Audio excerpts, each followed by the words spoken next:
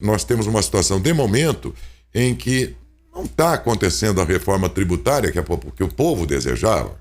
Não era bem assim que a gente queria. Mas está a reforma lá. Se ela não vai ser a melhor, infelizmente não vai ser mesmo. Mas ela vai trazer alguma mudança.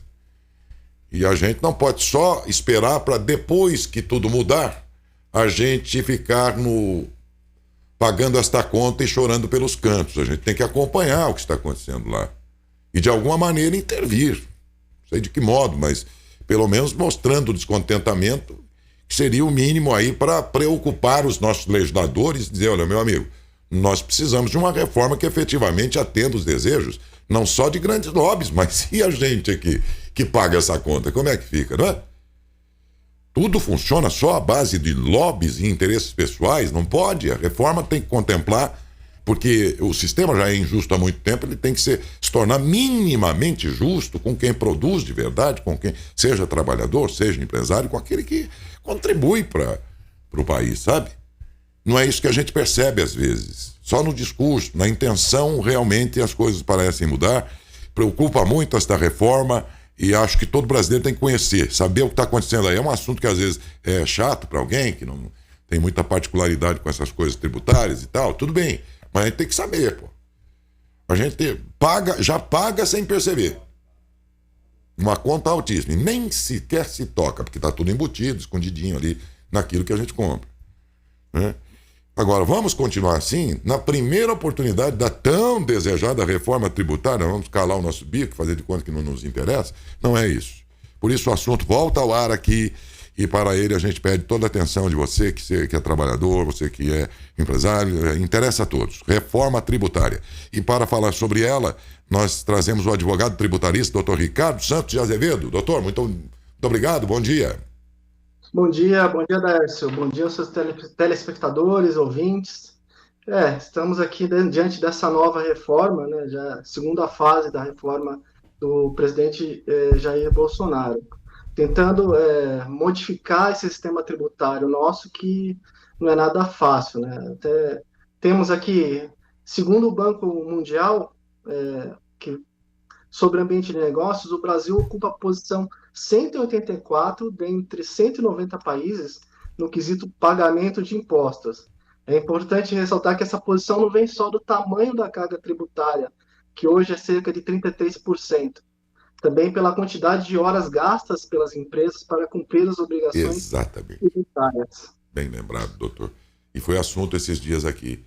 Hoje em dia, coitado principalmente, né, doutor, do pequeno empresário que não tem uma estrutura de consultoria e tudo mais, porque se ele for cumprir tudo que é exigido aqui, uma empresa quebra só pagando para alguém deixar a vida fiscal dela em ordem.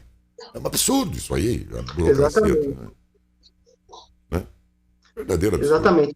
Se gasta algo em torno de 1.500 horas por ano no Brasil só para pagar imposto. Ao passo que, por exemplo, na Colômbia são 256 horas e na França são em torno de 139 horas. Então, vê-se que reformar o sistema tributário no Brasil é uma tarefa. E uma tarefa que já está aqui pelo menos há quase 30 anos, né? Então, eu lembro que de projetos aqui quando eu ainda estava na faculdade, que não foram para frente e não avançaram. Então, há necessidade de uma vontade política e há necessidade de se observar para que essa reforma não traga malefícios, aumento na carga tributária para todos nós, né? Dá para esperar uma reforma tributária minimamente justa num país que sequer corrige a tabela do imposto de renda, doutor? Que seria algo tão simples. E nem isso você consegue, passa um governo, entra o outro, ninguém mexe na tabela desde acho que 2005, 2006, não me lembro exatamente, que é uma coisa tão mais simples, nem isso é feito. Dá para esperar uma reforma que mexa numa estrutura tão complexa quanto os demais impostos que são pagos?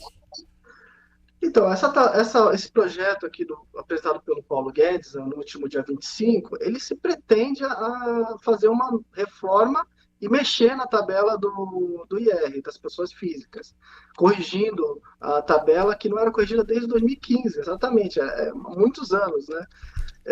Hoje está isento de imposto de renda o cidadão que recebe até pouco mais de R$ 1.900.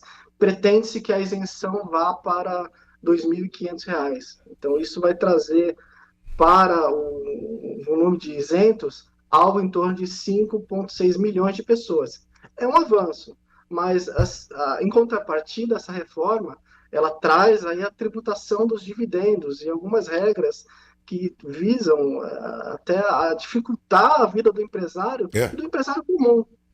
Ela pune, o sistema brasileiro, meus amigos, ele pune o cara que investe. O cara faz um investimento no negócio dele que resulta em mais impostos para o próprio governo, mais empregos. E por esse investimento que ele fez, ele tem que pagar imposto. Quer dizer, parece que o sistema é totalmente inimigo de quem produz. Doutor. Verdade, exatamente. Nós temos no Brasil uma carga tributária sobre as empresas já em torno de 34%. E hoje, através desse projeto de lei, pretende-se a tributação em mais 20%. Isso, eventualmente, vai trazer um aumento na carga tributária. E, assim, vende-se uma ideia de que vai aumentar a carga tributária para as grandes empresas, o que não é verdade, né? Todos os tributos, quando eles fazem parte da cadeia produtiva. Então, quando se aumenta o imposto em 1 ponto percentual, por exemplo, esse valor é repassado para todos os bens e serviços. E no final da conta, quem paga serão as pessoas que consumem esses bens. Sempre por trás de uma pessoa jurídica há uma pessoa física. E esta vai sofrer esse aumento que é pretendido com a tributação dos dividendos. Tributação essa que é isenta desde 95. Então, se pretende mudar esse panorama hoje, de uma forma que muitas empresas, pequenas empresas, sobrevivem do quê? Do dividendo. Elas não têm uma outra fonte de renda. Tudo bem que o projeto traz uma limitação aqui, uma isenção de tributação de dividendos até R$ 20.000, mas mesmo assim aumentará inegavelmente as entidades de classe, todos os meios, setores da economia já apontaram que essa reforma, do jeito que veio, irá gerar realmente um aumento da carga tributária. Porque já era muito, na reforma pode se tornar mais. E aí eles fatiaram também o projeto, gente. O que poderia ser uma legislação aplicada a todos, eles fatiaram, porque isso vai permitir o quê? Bom, se for necessário, um setor a gente trata de um jeito, na reforma, né? No outro a gente judia mais. E pelo que eu vejo, né, esse fatiamento que eles fizeram vai judiar do pequeno.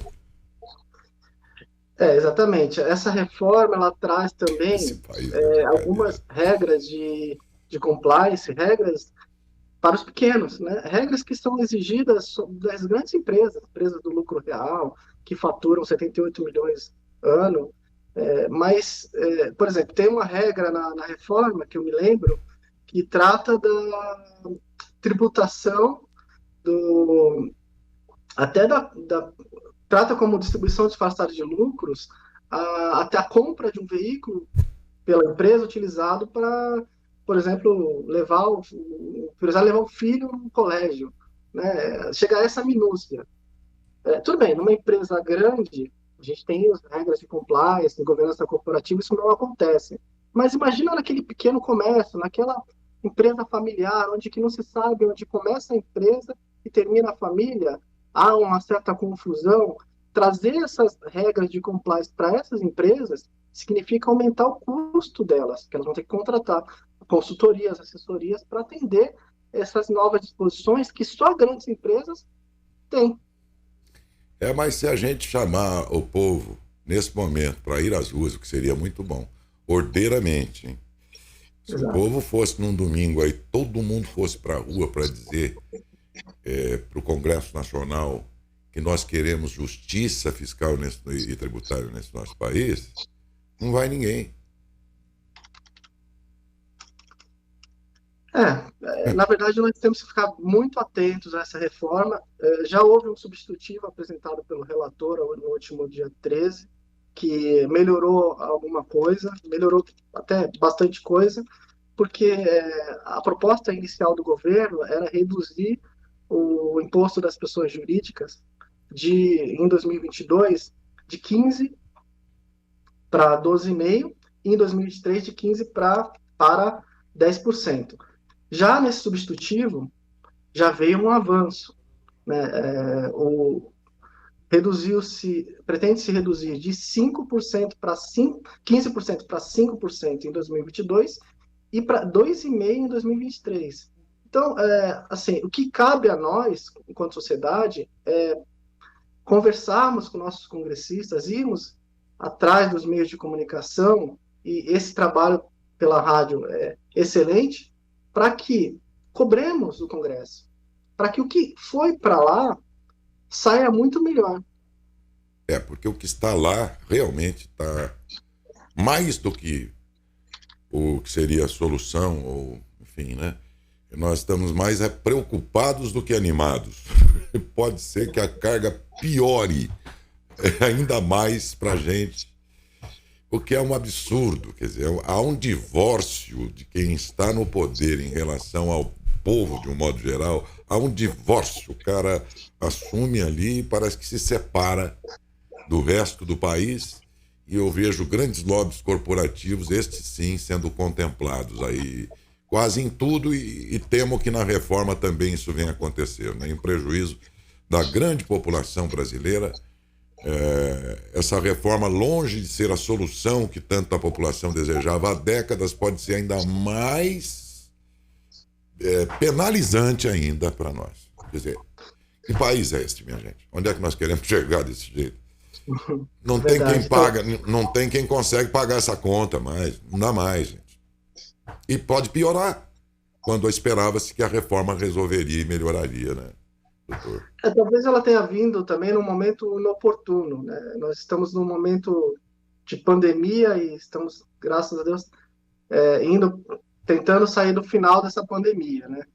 E você fazer uma reforma tributária num momento que o governo está precisando de recursos, déficits, enfim,